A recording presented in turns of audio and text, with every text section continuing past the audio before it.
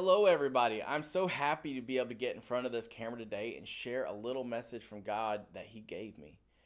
We live right now in a very troubling time where the world is filled with fear of obtaining a virus that could kill us or our loved ones. We are filled with worry of if we will have enough money to get that next meal or keep our lights on. And we are filled with anxiety about not wanting to get too close to those around us.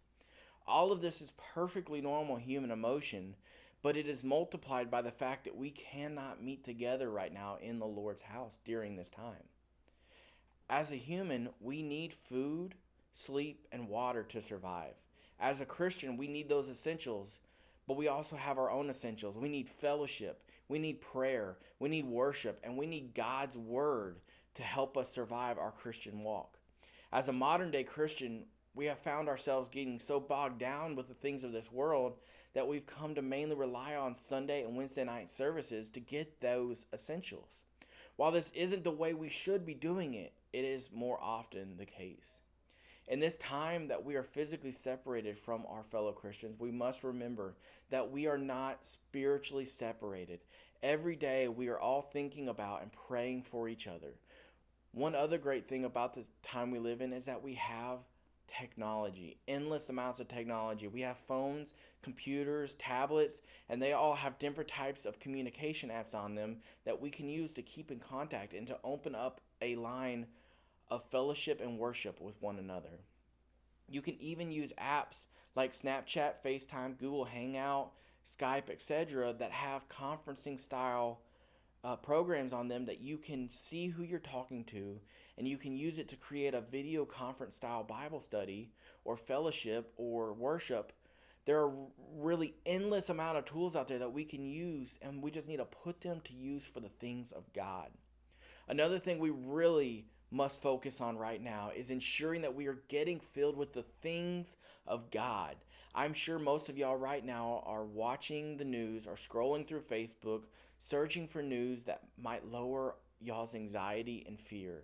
Well, I've got good news for y'all. Turn off the news, stop scrolling through Facebook, and just open up God's Word.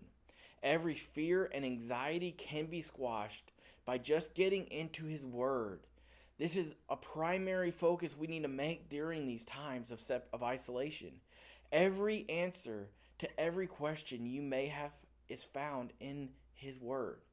You will find that as you read, you will start filling yourself up with the things of God, and it pushes out the things of this world that cause fear and anxiety.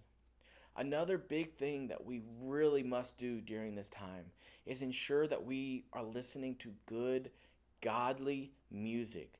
Standing before you today, I will tell you it is a big fault of mine.